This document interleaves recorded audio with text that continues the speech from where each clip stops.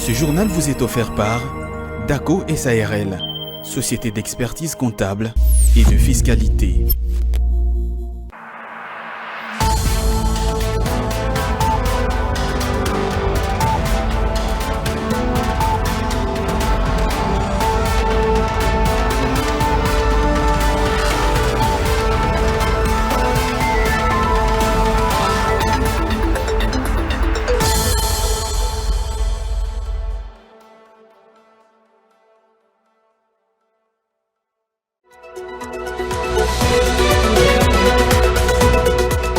L'inspection générale des finances a organisé le vendredi 26 janvier une conférence de presse en collaboration avec quelques responsables de la société civile dont l'objectif principal est de faire la restitution du mémorandum d'entente signé entre la République démocratique du Congo et les groupements d'entreprises chinoises.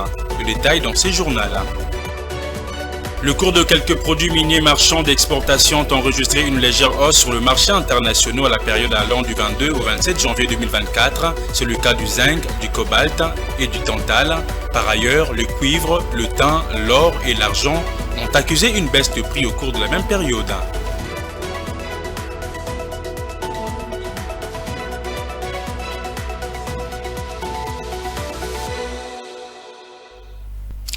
Bienvenue mesdames et messieurs dans cette édition du journal sur Ecofin Télévision. Tout d'abord, la création de l'emploi demeure le levier du deuxième mandat du président de la République Félix Antoine Tshisekedi. Dans ce cadre, il a instruit le gouvernement congolais de redynamiser les structures publiques d'accompagnement du marché de l'emploi à l'instar de l'Office national de l'emploi ONEM en sigle. C'était lors de la 122e réunion du Conseil des ministres qui s'est tenue le vendredi 26 janvier 2024. Le détail de Igor Biwaka, rendu par Juvette Mbelou. Plus qu'engagé à créer au moins 6 millions d'emplois au Congolais durant son deuxième quinquennat, le président de la République ne laisse échapper aucune possibilité pour atteindre cet objectif. Lors de son investiture, Félix Tshisekedi avait réitéré cette détermination à faire du marché de l'emploi un levier de son second mandat. Pour concilier ainsi l'acte à la parole, le chef de l'État a instruit au cours de cette 122e réunion du Conseil des ministres, les membres du gouvernement de s'activer pour redynamiser les structures publiques d'accompagnement du marché de l'emploi. C'est le cas notamment de l'Office national de l'emploi, appelé à devenir le canal indispensable de transmission des offres et de la demande d'emploi. Et pour y parvenir, le gouvernement congolais est appelé à réaliser une série d'actions concrètes dès ce premier trimestre de l'année en cours. Mener une campagne de communication pour une meilleure connaissance de l'ONEM par la population active. Accroître les antennes ou représentations de l'ONEM en favorisant la collaboration avec les maisons communales progressivement sur toute l'étendue du territoire national. Favoriser une meilleure collaboration entre les organisations patronales et toutes les structures du marché de l'emploi afin de partager les renseignements portant sur le marché du travail, l'évaluation des besoins actuels et futurs de profils d'emploi recherchés par les entreprises pour encourager les demandeurs d'emploi d'opter pour de filières offrant des débouchés. Mettre en place des mesures incitatives encourageant les entreprises à réserver un quota aux nouveaux diplômés sans expérience professionnelle pour favoriser ainsi l'accès de jeunes diplômés en quête d'une première expérience professionnelle. Étant l'un des déterminants essentiels de la croissance inclusive du développement économique, l'emploi constitue une source d'épanouissement personnel. Fort de cette évidence, Félix Tshisekedi s'emploie à offrir des solutions pragmatiques aux problèmes socio-économiques rencontrés par les Congolais, dont notamment le chômage. Les agents douaniers sont désormais dotés d'ouvrages hyperguides des douanes. Ces outils sont mis à leur disposition dans l'objectif de matérialiser la vision du chef de l'État, celle notamment d'éradiquer les antivaleurs dans les secteurs en vue d'accroître le recette de l'État et de maximiser les performances douanières. C'est ce que rapporte le ministre de la Communication et Médias, Patrick Mouyaya, au cours de cette même réunion du Conseil des ministres. On l'écoute. En marge de la Journée internationale de la douane, la cellule d'innovation et des changements de mentalité a procédé en son nom à la remise des ouvrages hyperguides de l'agent de douane, édition spéciale président de la République, avec comme particularité l'intégration du cahier spécial du président de la République pour la prévention et la lutte contre la corruption et les antivaleurs, dont le lancement de la campagne de sensibilisation a eu lieu le 26 janvier 2023. En mettant à la disposition du douanier congolais ces outils En ces débuts de son deuxième mandat, le président de la République envoie un message clair, non seulement aux douaniers congolais, mais aussi à tout acteur concerné par cette activité, combien il est déterminé à éradiquer les antivaleurs dans ces secteurs de l'économie nationale pour ainsi accélérer la mobilisation des recettes dans ces secteurs vitaux pour la nation, ce qui entraînera évidemment la maximisation de performances douanières en République démocratique du Congo. Avec les lancements de la distribution par la CICM, sous la supervision du ministre des Finances, s'ouvre aussi la distribution à tous les agents de la DGDA, partout où ils travaillent.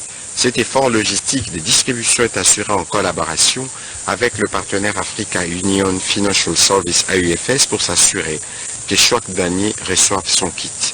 À l'heure du numérique et d'innovation managériale, il tient à poursuivre les efforts d'innovation, notamment dans la finalisation de la version électronique interactive qui est annoncée pour le début du deuxième semestre de cette année, en collaboration avec les différents partenaires de la DGDA dans ce projet. Le président de la République a demandé au Premier ministre chef du gouvernement, aux ministres des Finances et aux autres ministres concernés, à la fois par l'innovation, la maximisation de recettes et la bonne gouvernance, de travailler avec la cellule d'innovation et de changement de mentalité pour le suivi de ce projet et sa mise en œuvre dans différentes régies financières et les différentes entreprises publiques de la République pour ainsi donner à l'État les moyens de sa politique. Je l'ai annoncé au sommaire de ces journaux, faire la restitution du mémorandum d'entente signé entre la République démocratique du Congo et les groupements d'entreprises chinoises. C'est l'objectif de la conférence de presse organisée le vendredi 26 janvier par l'Inspection générale des finances en collaboration avec quelques responsables de la société civile. Cet exercice de redevabilité auquel s'est livré l'institution des finances révèle que les deux contractants se sont convenus sur 5 points essentiels, entre autres l'investissement en infrastructure dont le coût de l'enveloppe s'élève jusqu'à 7 milliards de dollars américains. Patrick Lumbala. C'est un exercice de redevabilité auquel s'est livré l'Inspection générale des finances. Après 9 mois d'intenses négociations dans la révisitation du contrat chinois, l'instance des contrôles a fait la restitution du mémorandum d'entente intervenu le 19 janvier dernier entre la République démocratique du Congo et le groupement d'entreprises chinoises dans le cadre du projet SICOMINE. Les deux parties se sont mis d'accord sur 5 points essentiels, parmi lesquels le niveau d'investissement en infrastructure qui devra aller jusqu'à 7 milliards de dollars américains.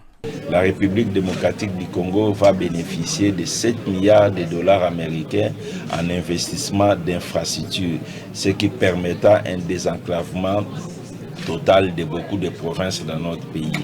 Et ces 7 milliards de dollars américains sera débloqué en concurrence de 324 millions obligatoires chaque année. Et pour l'année 2024, la République démocratique du Congo aura 624 millions de dollars américains. Les deux parties se sont également mis d'accord sur la gestion du barrage des Boussanga qui a fait naître la société Sicohydro. La structure sera désormais gérée conjointement par la RDC et le GIEC.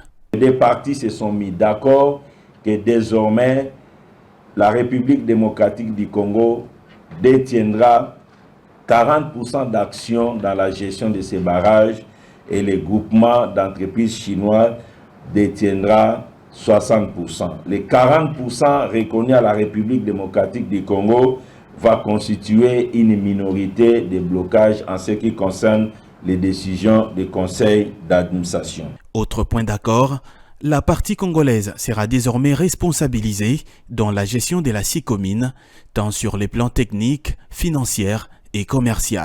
Quant à la répartition des actions, aucun changement n'a été effectué. Elle demeure à 32% pour la RDC et 68% pour la partie chinoise. Mais la RDC sera compensée par le paiement des royalties à hauteur de 1,2% du chiffre d'affaires chaque année. Enfin, les deux parties ont convenu que la GECAMINE va désormais commercialiser 32% de la production totale de la SICOMINE.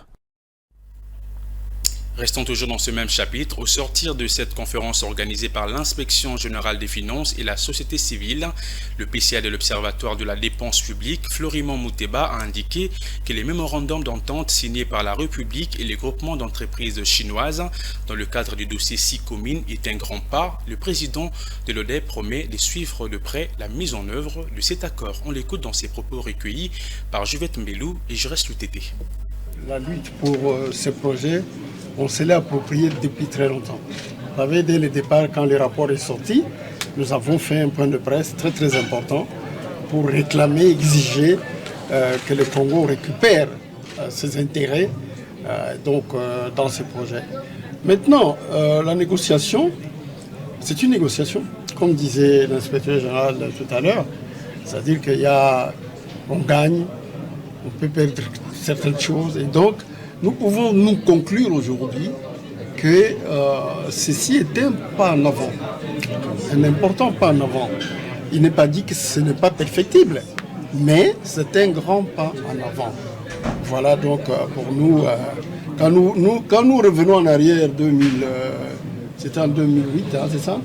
Quand nous revenons en arrière, et nous pouvons dire qu'à un moment donné, on s'est arrêté pour dire non, ça ne peut pas continuer. Et en s'arrêtant, nous constatons que grâce à l'IGF, il y a un pas en avant. Il y a un grand pas en avant qui a été fait. Nous allons suivre, nous allons continuer à en parler. C'est pour cela que la première chose était de recevoir quand même la société civile, la grande société civile. Ça a été fait. Maintenant, nous allons continuer à accompagner tous les résultats obtenus pour qu'ils soient effectifs. C'est-à-dire, il y a beaucoup d'aspects. Par exemple, dans la construction de routes, il y a quelqu'un de la société civile qui appelle des normes. Nous allons suivre pour savoir si la route en question, est-ce que ça vaut 100 millions ou bien ça vaut 10 millions. Et où sont partis les restes. Et donc, nous allons continuer à suivre la mise en œuvre. Dans un autre chapitre, le gouverneur de Kinshasa, Mongala, Chouapa et Équateur suspendus pour fraude électorale, vandalisme de matériel électoral, bourrage d'urnes et détention illégale des dispositifs électroniques de vote viennent d'être réhabilités de leurs fonctions. Cette décision est du vice-premier ministre, ministre de l'Intérieur, de la Sécurité et Affaires coutumières, Peter Kazadi. Ces derniers justifient cette levée par l'engagement de pérenniser la tranquillité et la paix sociale à l'attente de l'évolution de la procédure judiciaire. Suivez. C'est un coup de frein à la tension qu'a généré la suspension récente de gouverneurs et vice-gouverneurs accusés des fraudes électorales. Dans ce télégramme, portant l'estampille du ministre de l'Intérieur, Peter Kazadi, la levée de cette suspension fait suite à l'engagement de pérenniser la tranquillité et la paix sociale. Cela en attendant l'évolution de la procédure judiciaire. C'est à la suite de l'invalidation de ces candidats par la Commission électorale nationale indépendante que le primat du ministère de l'Intérieur avait pris cette décision, mesure qui du moins n'avait pas laissé les concernés indifférents. Ces gouverneurs de la province, notamment de Kinshasa, Chantini Ngobila, de l'Équateur, Bobo Boloko, de la Mongala, César Limbaya et de la Chouapa, Bongongoi, avaient aussitôt saisi la haute cour pour présenter leurs moyens de défense, de requêtes qui sont jusqu'en cours de traitement par la Cour constitutionnelle. Rappelons que ces gouverneurs sont jusque-là accusés d'actes répréhensibles liés au scrutin du 20 décembre, comme la fraude électorale, les vandalismes de matériel électoral ou encore la corruption. Sur cette liste d'invalidés par la centrale électorale, l'ont compté 80 candidats députés nationaux. Et puis autre chose à signaler dans ces journaux, le bureau exécutif provincial du syndicat national de médecins a tenu le vendredi 26 janvier 2024 son tout premier conseil provincial de l'année. Au cœur des échanges, l'accompagnement du programme phare de la couverture santé universelle du président de la République, Félix-Antoine Tshisekedi, programme centré sur la maternité gratuite, à en croire Patrick Boloko, secrétaire exécutif provincial du SINAMED Kinshasa. Le syndicat de médecins attend du gouvernement une amélioration des conditions socio-professionnelles et salariales de médecins. Écoutez.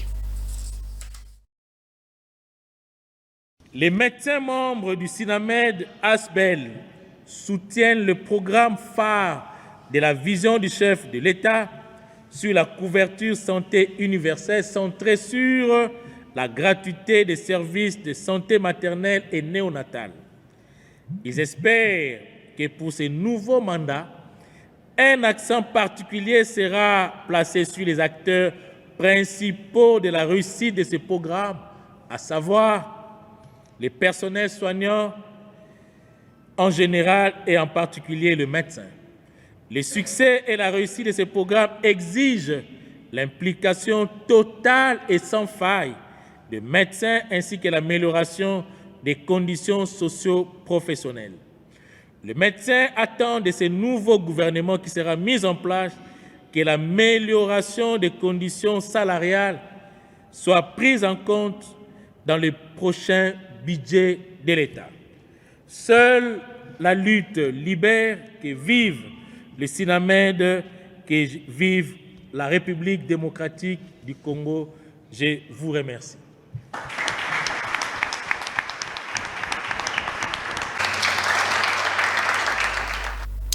Je l'ai également annoncé au sommaire de ces journaux, le cours de quelques produits miniers marchands d'exportation ont enregistré une légère hausse sur le marché international à la période allant du 22 au 27 janvier 2024. C'est le cas du cobalt, du zinc et du tantal. Par ailleurs, le cuivre, le tin, l'or et l'argent ont accusé une baisse de prix au cours de la même semaine.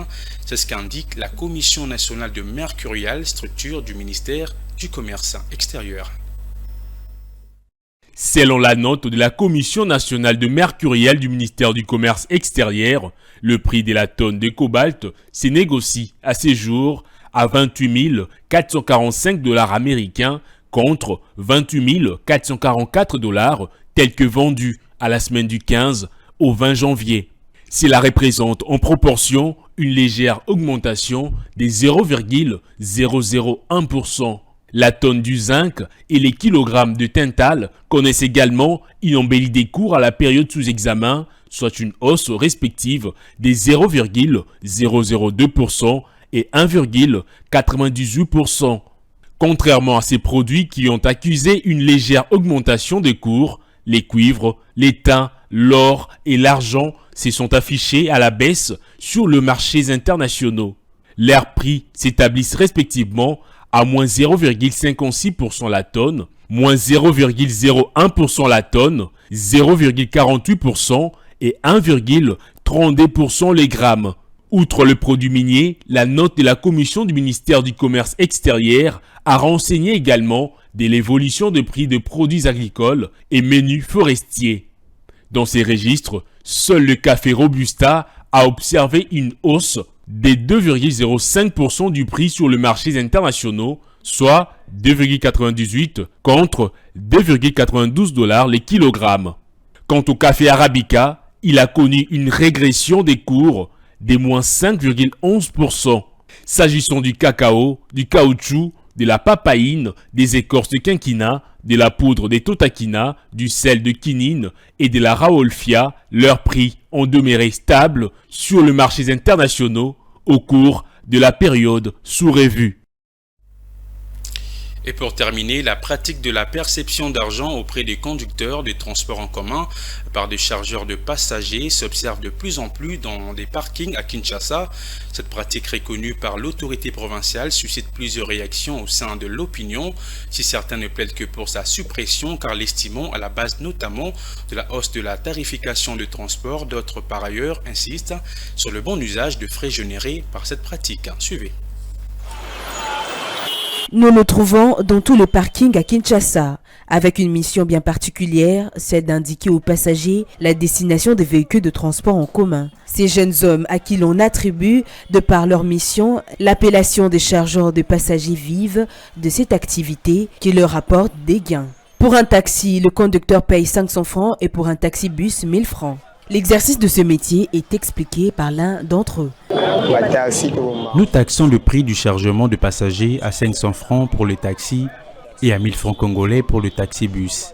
Cependant, nous sommes butés à quelques difficultés, entre autres les accrochages avec le receveur et conducteur qui parfois refusent de nous payer. Reconnu par l'autorité provinciale, ces frais perçus par les chargeurs fait l'objet des contestations. Les passagers quinois le conçoivent comme à la base de la hausse de prix de tarification du transport en commun. Lorsqu'il n'y avait pas encore de chargeur, la tarification du transport en commun était normale. Mais depuis leur arrivée, le prix du transport va de hausse en hausse. Par ailleurs, Eric Manyanga, président de l'ASBEL Mopila, exige un bon usage de ces frais perçus qui devraient, à l'en croire, bénéficier aux conducteurs de transport en commun. Notre proposition, si nous pouvons entrer dans la gestion de cet argent-là, nous disons premièrement, pourquoi pas les chauffeurs peuvent avoir les centres hospitaliers, par exemple, centre hospitalier des chauffeurs. Pour les sociales, ça doit servir aux sociales des chauffeurs. La complexité de cette problématique demeure aux autorités compétentes d'en trouver une solution adéquate en vue de mettre un terme à cette pompe de discorde. C'est tout pour cette édition du journal, mesdames et messieurs, mais avant de nous quitter, le rappel du titre. L'inspection générale des finances a organisé le vendredi 26 janvier une conférence de presse en collaboration avec quelques responsables de la société civile, dont l'objectif principal est de faire la restitution du mémorandum d'entente signé entre la République démocratique du Congo et les groupements d'entreprises chinoises. Vous l'avez suivi dans cette édition du journal.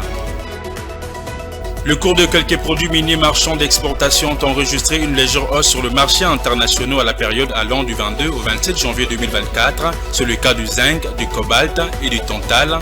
Par ailleurs, le cuivre, le tin, l'or et l'argent ont accusé une baisse de prix au cours de la même période.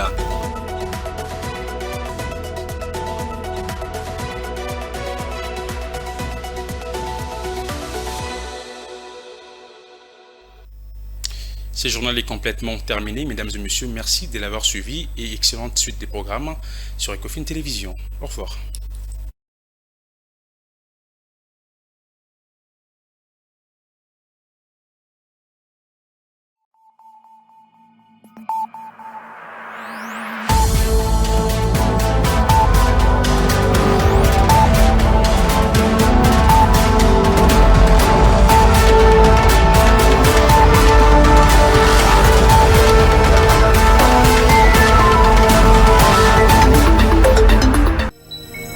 Ce journal vous a été offert par DACO SARL, société d'expertise comptable et de fiscalité.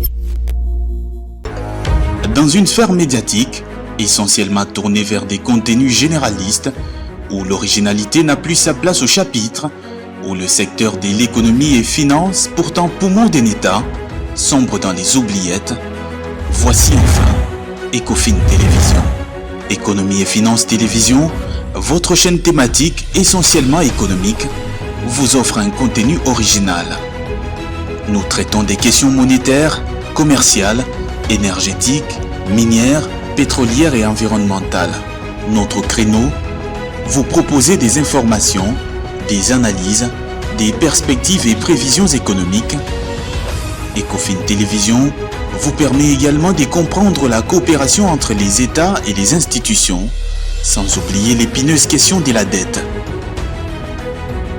Ecofin Télévision, tout savoir sur les investissements, les échanges commerciaux, la balance commerciale et la balance des paiements, le taux d'échange, l'état des lieux de la lutte contre les détournements des finances publiques, la coopération bilatérale ou multilatérale.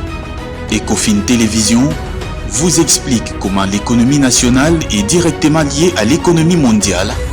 Notre particularité fait notre originalité. C'est pourquoi nous disons Ecofin Télévision, mieux que savoir sur l'économie et finances, comprendre.